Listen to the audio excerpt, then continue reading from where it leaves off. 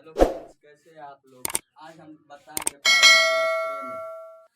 Pythagoras प्रमेय में कथन है, यदि समकोण त्रिभुज में कर्ण का वर्ग शेष दो भुजाओं के वर्गों के योग के बराबर होते हैं। अगर हमारे चैनल पर आज नए हैं तो सबसे पहले चैनल को सब्सक्राइब, लाइक और बेल आइकन के घंटी को दबाना ना भूलें। इससे क्या होगा सर, इससे होगा ये सभी आने वाले वीडियो आप तक पहुंचेगा।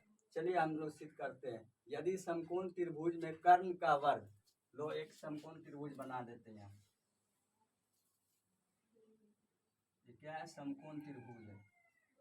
इस समकोण त्रिभुज का नाम देते हैं ए बी सी। ये कितना है? ये 90 डिग्री है। ये नाम रख दे ए बी सी। क्या बोल रहा है? कथन है, यदि समकोण त्रिभुज में कर्ण का वर्ग, कर्ण का, ये बड़ी भुजा क्या है? कर्ण का, कर्ण है, कर्ण का वर्ग, कर्ण का वर्ग शेष दो भुजाओं के वर्गों के योग के बराबर होता है। दो भुजा कितना हो गए? ए बी और योग बोल रहा है तो बीच में जोड़ देना है। ए बी बट्टा ए बी और क्या होगा? B C. तो इसका वर्ग कर देना है, यही चीज प्रूफ करना है ना। एक समकोण त्रिभुज में कर्ण का वर्ग शेष दो भुजाओं के वर्गों के योग के क्या होते हैं? बराबर। देखो एग्जाम में दो तरीका से क्वेश्चन आता है, या फिर लिखेगा पाइथागोरस प्रमेय को लिख करके साबित करे, या फिर कथन दिया रहेगा और बोलेगा पाइथागोरस प्रमेय को सिद्ध करे। चलिए आज दोस्तों हम सिद्ध करते हैं। सबसे पहले यहाँ दिया है, क्या दिया है? त्रिभुज ए बी सी में, त्रिभुज ए बी सी में क्या दिया है? कोण बी बराबर कितना डिग्री है? 90 डिग्री है। कोण बी बराबर 90 डिग्री। कोण बी बराबर कितना दिया है? 90 डिग्री। उसके बाद यहाँ से हम लोग करेंगे रचना। क्या करना है? रचना। रचना देखो, यहाँ से बी से होते हुए लंब डालना है किस पे? ए सी पे। इसका नाम देते हैं डी।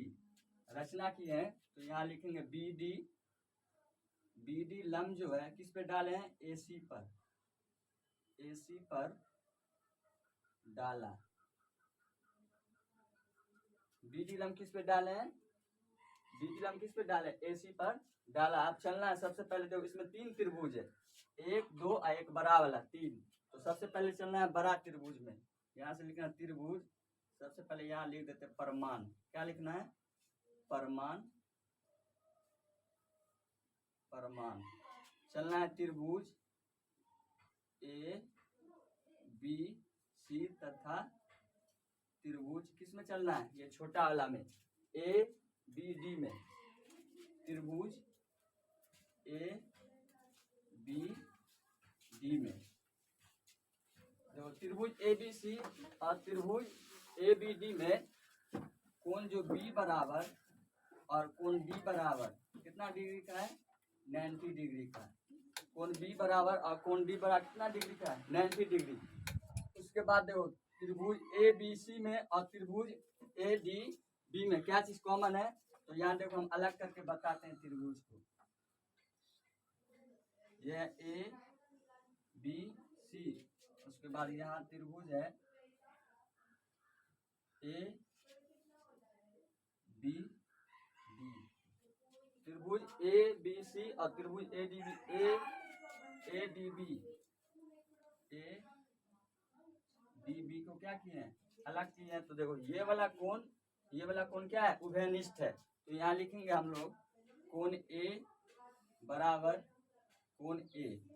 कोण ए बराबर कोण ए क्या हो गया? ये दोनों बराबर हो गया। जब ये बराबर हो गया यानी ये त्रिभुज कोण ए दोनों में उभयनिष्ठ, यहाँ लिख देते हैं उभयनिष्ठ।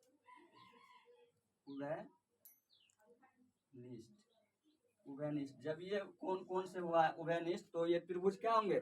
सब समरूप होंगे। यहाँ लिखेंगे त्रिभुज ए बी सी समरूप त्रिभुज क्या है? A B D. जब समरूप हो गया तो उसका भुजा का जो अनुपात होगा, यानी ये भुजा किस भुजा के बराबर होगा? ये भुजा। और ये भुजा किस भुजा के बराबर होगा? ये भुजा। तो लिखेंगे यहाँ ए बी बट्टा क्या होगा, ए बी बट्टा ए डी, ए बी बट्टा ए डी बराबर, उसके बाद ए सी बट्टा क्या होगा, ए सी बट्टा ए बी बट्टा क्या हो गया ए डी, और उसके बाद ए सी बट्टा क्या होगा ए बी।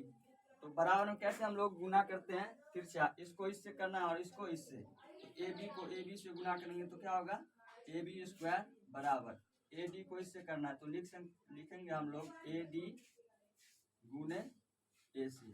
तो समीकरण क्या मानना है एक। और फिर कौन त्रिभुज में चलना है, फिर एक मरतबा बड़ा वाला त्रिभुज में चलना है ए बी सी, उसके बाद डी बी सी में चलना है। देखो यहाँ से लिखेंगे त्रिभुज ए बी सी तथा त्रिभुज क्या डी बी सी है, डी बी सी में त्रिभुज ए बी सी और त्रिभुज डी बी सी में ये कोण बी क्या है, कोण बी बराबर, और कोण डी बराबर कितना डिग्री है 90 डिग्री, कोण बी बराबर कोण डी बराबर कितना हो गया 90 डिग्री। और यहाँ फिर हम लोग त्रिभुज ए बी सी को अलग करते हैं, यहाँ देखो ए बी सी, उसके बाद यहाँ लिखना है त्रिभुज डी बी सी, क्या लिखना है यहाँ त्रिभुज को क्या किए अलग किए। अब देखो कौन त्रिभुज ए बी सी और त्रिभुज डी बी सी में क्या है कॉमन, कौन सी है ना, तो यहाँ लिखेंगे कौन सी बराबर क्या हो गया, कौन सी बराबर कौन सी हो गया, ये क्या हो गया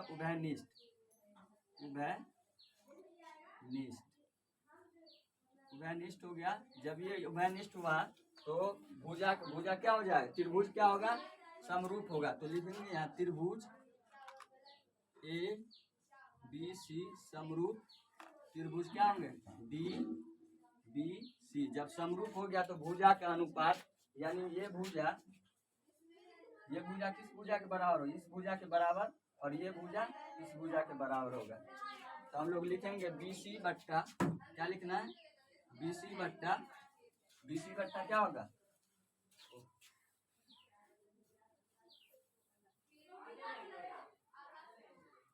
बी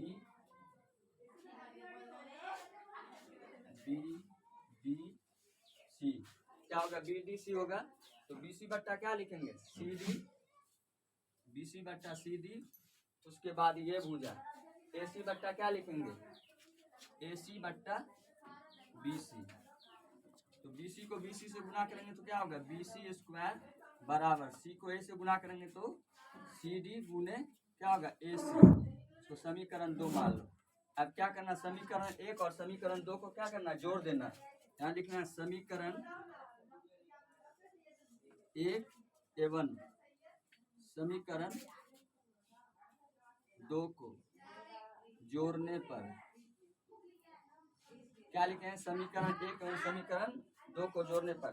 समीकरण 1 में देखो LHS को LHS के साथ जोड़ना है और RHS को RHS के साथ जोड़ना। समीकरण 1 में LHS कितना है AB है, तो लिखो यहाँ से AB स्क्वायर प्लस समीकरण 2 में LHS कितना है BC है, तो BC स्क्वायर बराबर AB square plus BC square हो गया। अब समीकरण 1 में ध्यान दो क्या है AD गुने है क्या AC, फिर प्लस समीकरण 2 में कितना है RHS CD गुने क्या है AC है, तो हो गया AB square plus BC square. देखो AD और AC दोनों में क्या है कॉमन AC है, तो AC कॉमन ले लिए तो यहाँ पे क्या बच गया AD प्लस CD। AC यहाँ से क्या लिए कॉमन लिए तो क्या बचेगा AC into AD plus CD। तो AB square plus BC square बराबर AC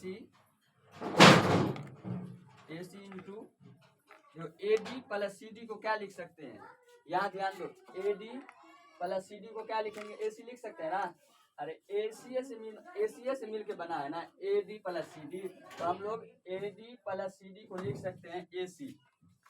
AD प्लस CD को क्या लिख सकते हैं? AC। तो AB square plus BC square बराबर क्या? AC को AC से गुना करेंगे तो AC स्क्वायर। हो गया दोस्तों, प्रूफ हो गया। अगर वीडियो पसंद आया है तो हमारे चैनल को सब्सक्राइब लाइक जरूर करें।